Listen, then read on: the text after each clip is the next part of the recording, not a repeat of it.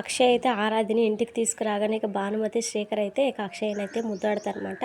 అయితే ఆరాధ్య మాత్రం వాళ్ళు ఏం మాట్లాడుతున్నా కానీ సైలెంట్‌గానే ఉంటది. "నీకేం కావాలన్నా నాకు చెప్పు. నేను చేసి ఇస్తానని" చెప్పేసి పల్లవి, శ్రేయాలైతే అంటారనమాట. వీళ్ళు మాట్లాడుతూనే ఉంటారు. కానీ ఆరాధ్య మాత్రం సైలెంట్‌గా తన రూమ్‌కి అయితే వెళ్ళిపోతుంది. ఇదేంటి మాట్లాడుతుంది వెళ్ళిపోతుందని చెప్పేసి పల్లవి అనగానే, "ఇప్పుడే వచ్చిందిగా మనతో కలవడానికి కాస్త సమయం పడుతుందిలే వదిలేయండి" అని చెప్పేసి పార్వతి అయితే అంటుందనమాట. తనని మనమంతా ప్రేమగా చూసుకోవాలని చెప్పేసి చెప్తుందనమాట. అవును. ఇక తన అమ్మ దగ్గరికి వెళ్ళాలనే ఆలోచన కూడా ఆరాధ్యకి రాకుండా మనం చూసుకోవాలని చెప్పేసి పల్లవి కూడా అంటూ ఉంటుందన్నమాట. అవును. అవని అక్క దగ్గరికి ఆరాధ్య ఇక వెళ్ళకుండా చూసుకోవడమే అని చెప్పేసి ఇక శ్రేయ కూడా అంటుందన్నమాట. ఇక ఈ మాటలన్నీ వినగానే ఇక కమల, శ్రీకర్ అయితే వాళ్ళిద్దరి మీద బాగా కోపడుతూ ఉంటారనమాట.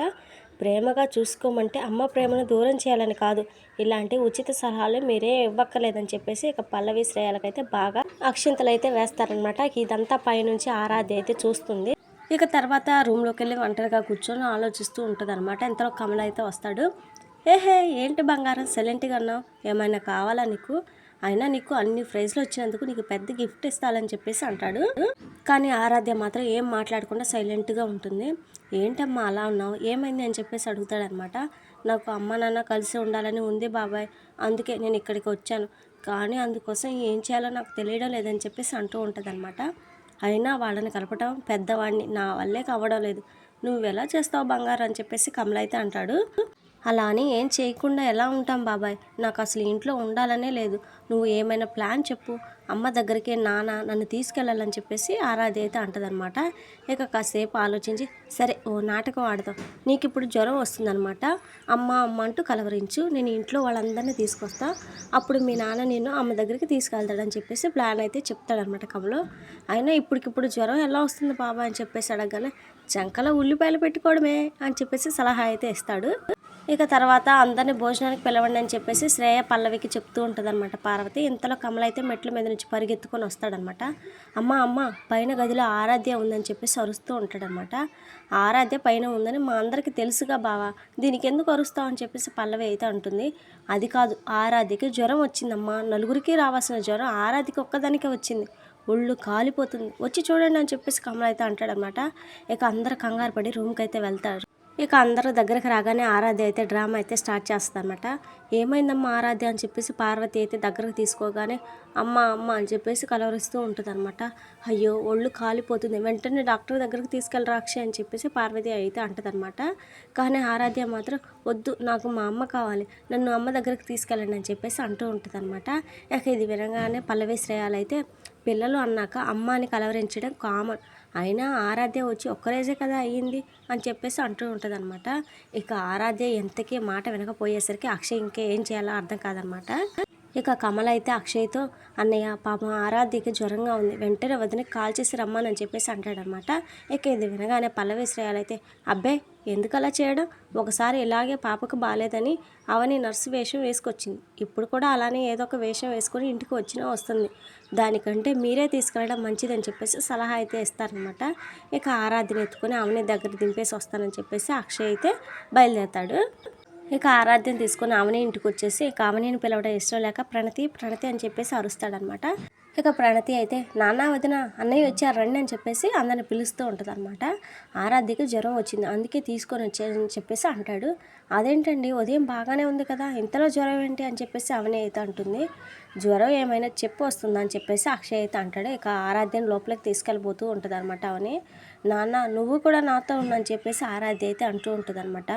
లేదమ్మా నువ్వు మీ అమ్మ గురించి కలవరించావు అందుకే ఇక్కడికి తీసుకొని వచ్చా అని చెప్పేసి అక్షయ్ అయితే అంటాడనమాట. ఇక ఆ మాటలకి రాజేంద్ర ప్రసాద్కి అయితే బాగా కోపం వస్తుందన్నమాట. ఎందుకు రా పసిదాన్ని ఎలా బాధ పెడుతున్నావు అని చెప్పేసి అంటాడనమాట. దానికి అక్షయ్ అయితే నేనేం చేశాను, నాతో వస్తానంటే తీసుకెళ్ళాను, అమ్మ కావాలంటే తీసుకొచ్చాను, నేనేం బాధ పెట్టలేదని చెప్పేసి అక్షయ్ అయితే అంటాడనమాట.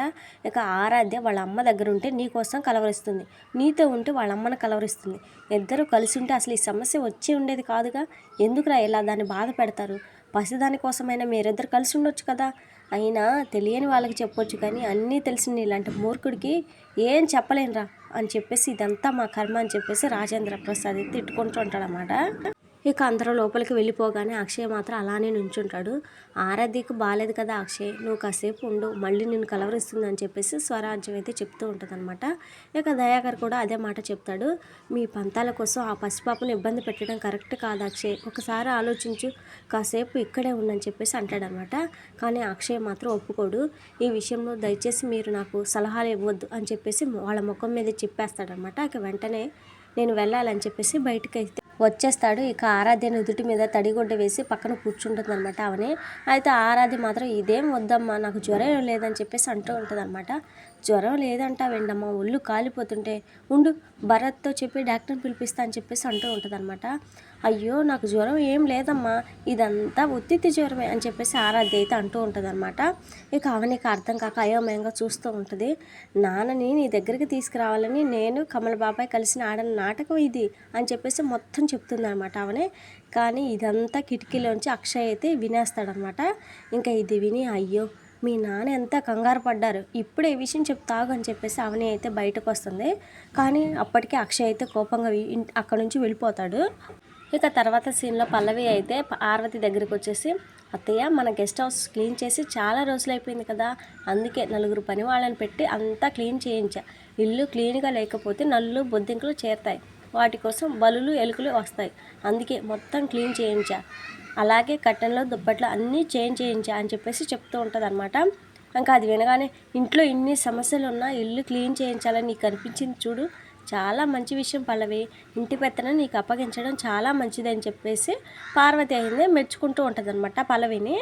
ఇక ఇదంతా దూరం నుంచి శ్రేయ అయితే చూసి శ్రేయకైతే ఒళ్ళు మండిపోతుంది అనమాట. ఇక వెంటనే పల్లవి దగ్గరికి వచ్చేసి, ఏంటి అత్తయ్య దగ్గర తెగ బిల్డప్లు ఇస్తున్నావు, క్రెడిట్ కొట్టేయడానిక, అయినా గెస్ట్ హౌస్ క్లీన్ చేయించాలనే ఐడియా నాది, చేయించింది నేను, కానీ క్రెడిట్ మాత్రం నువ్వు కొట్టేసావేంటి అని చెప్పేసి శ్రేయ అయితే అడుగుతుంది. అదేంటి శ్రేయ, నువ్వు చేయిస్తే ఏంటి నేను చేయిస్తే ఏంటి, ఇల్లు క్లీన్ అవ్వడం కదా ముఖ్యం అని చెప్పేసి అంటూ ఉంటుంది అనమాట.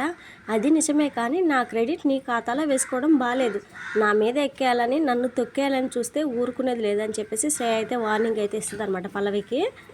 ఇక పల్లవికి అయితే ఒళ్ళు మండిపోతుంది అనమాట. అవని ఇలాంటి దాన్నే పెద్ద కోడలు పోస్ట్ నుంచి పీకేసా, నిన్ను కంట్రోల్లో పెట్టడం నాకు పెద్ద లెక్క అని చెప్పేసి మనసులో అనుకుంటూ ఉంటుంది అనమాట.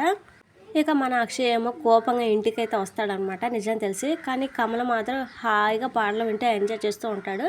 ఇక ఇంటికి వచ్చేసి, రే కమల్ ఏంట్రా నువ్వు చేస్తుంది, నీ డ్రామాలు నాకు తెలియవు అని చెప్పేసి కాలర్ అయితే పట్టుకుంటాడనమాట.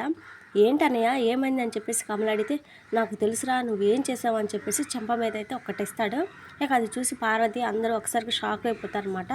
ఇక కమల్ అయితే చెంప మీద చేయి పెట్టుకొని అక్షయ్ వంక ఎమోషనల్గా చూస్తూ ఉంటాడు.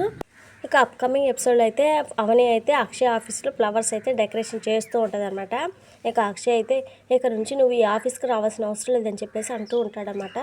ఎందుకండి అలా అంటున్నారని చెప్పేసి అవని అనగానే, నీకు ఇలా చెప్తే ఎందుకు అర్థమవుతుంది అని చెప్పేసి ఇక అవని డెకరేషన్ చేసి ఆఫీస్కి అయితే కాల్ చేసి, ఇక నుంచి మీ సర్వీస్ మాకు అవసరం లేదు అని చెప్పేసి అంటాడనమాట. దానికి వాళ్ళు అయితే, ఎందుకండి ఎందుకు అలా అంటున్నారు, మేము ఏమైనా తప్పు చేసామా, మా వల్ల ఏమైనా తప్పు జరిగిపోయిందా అని చెప్పేసి అనగానే, దీని అంతటికి అవనైన కారణం అని చెప్పేసి చెప్తాడనమాట. ఇక అవని అయితే, నాకు ఈ ఉద్యోగం కాక వేరే ఏం చేతకాక కాదు ఇక్కడ పనిచేసేది, మిమ్మల్ని రోజు చూస్తేనైనా మీ మనసు మారుతుందేమోననే ఆశతో ఇక్కడే ఉన్నా అని చెప్పేసి అవని అయితే అంటూ ఉంటుంది అనమాట. ఇది ఫ్రెండ్స్, మరి వాళ్ళ వీడియో నచ్చితే తప్పకుండా లైక్ చేయండి, మరిన్ని వీడియోస్ కోసం మన ఛానల్ని సబ్స్క్రైబ్ చేసుకోండి. Thank you.